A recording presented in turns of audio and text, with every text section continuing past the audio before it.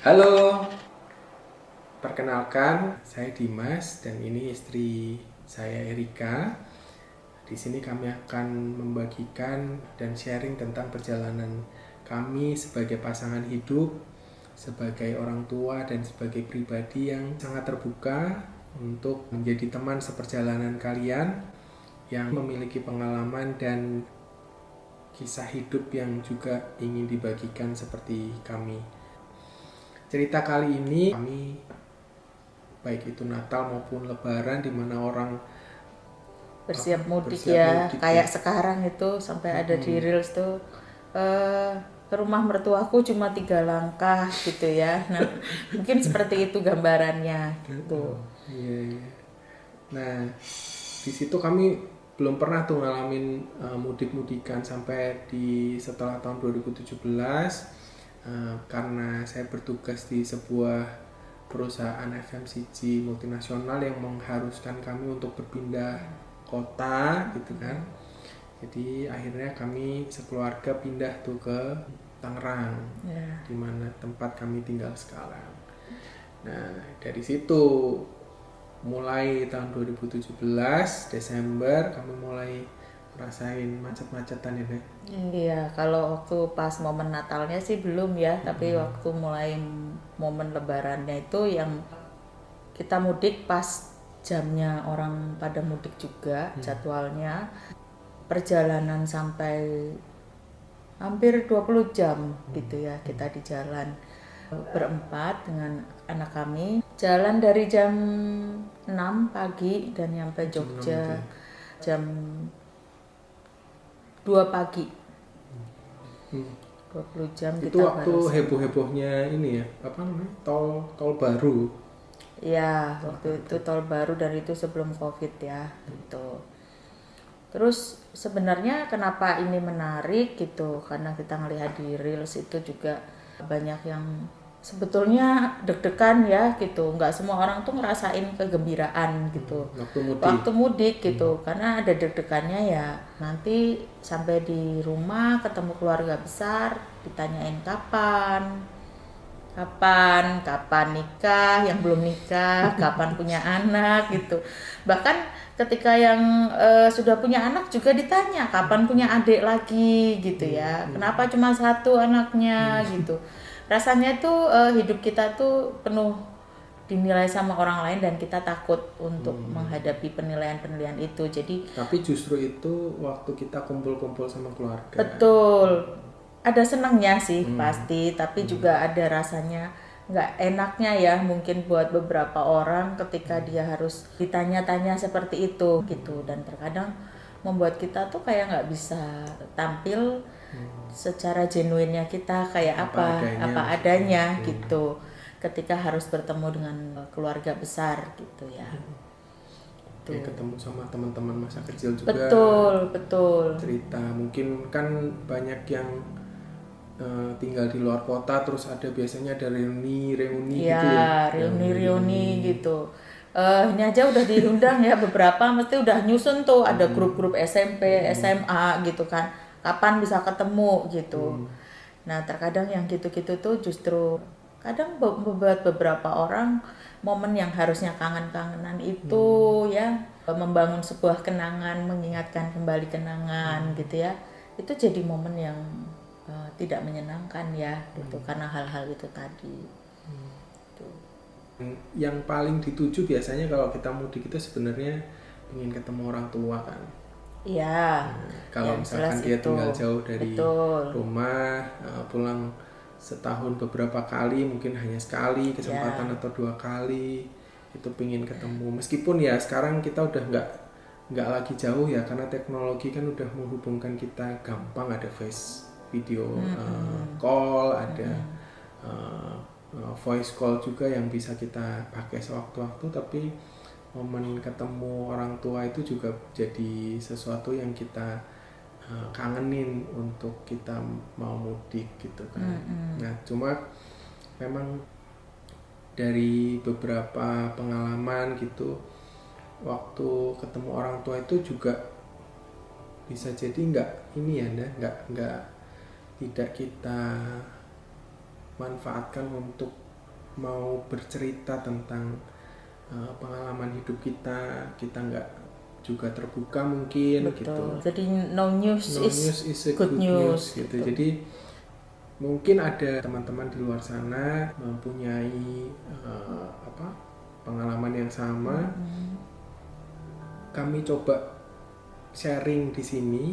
Kenapa? Karena dengan kita punya kesempatan untuk ketemu orang tua dan kita mulai membuat percakapan secara mendalam, kita punya waktu untuk berinteraksi secara pribadi dengan orang tua yang sebelumnya kita nggak pernah lakukan gitu. Ya, karena mungkin selama ini ngomongnya yang baik-baik aja ya, cerita orang tentang tua pinginnya kabar. kita taunya yang baik-baik. Iya, gitu. orang tua juga begitu karena sama-sama posisinya tidak ingin membuat kedua belah pihak saling khawatir ya.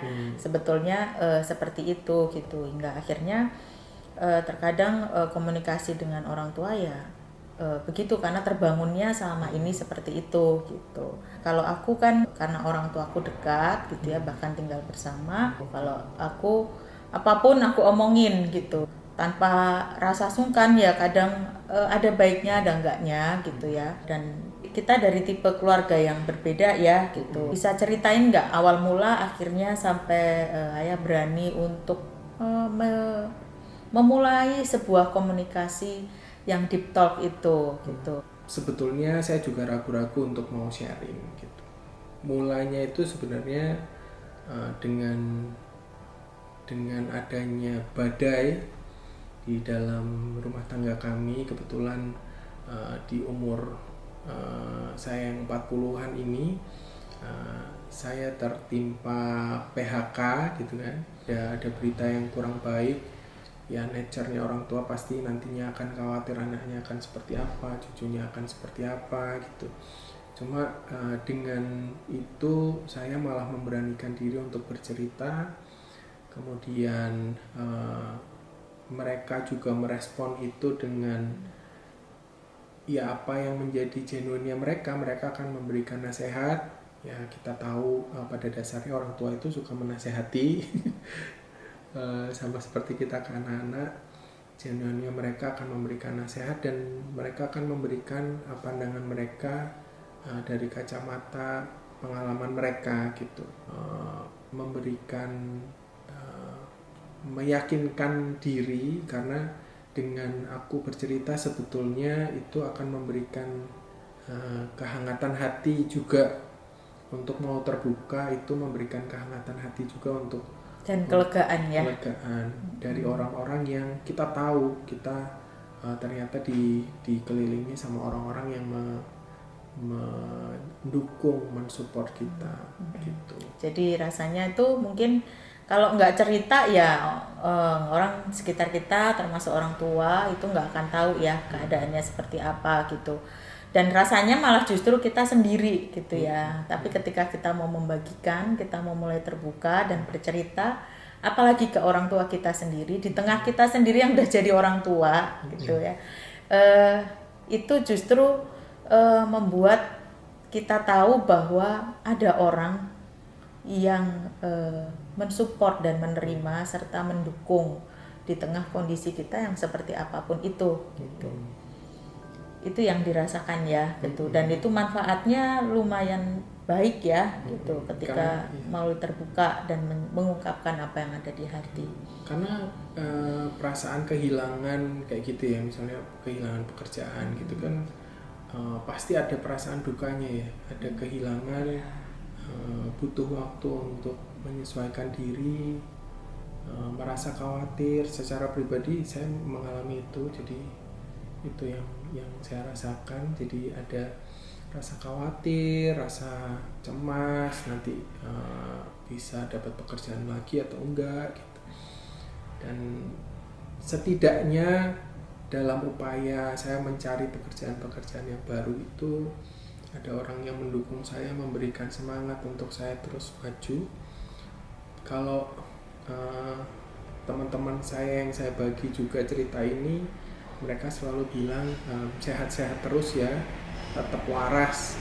Jadi dari dukungan-dukungan itu membuat setidaknya saya mau melangkah setapak demi setapak untuk kemudian ya akhirnya ada jalan lagi gitu. Ya mungkin untuk kisah ini nanti kita ceritakan lebih dalam gitu ya.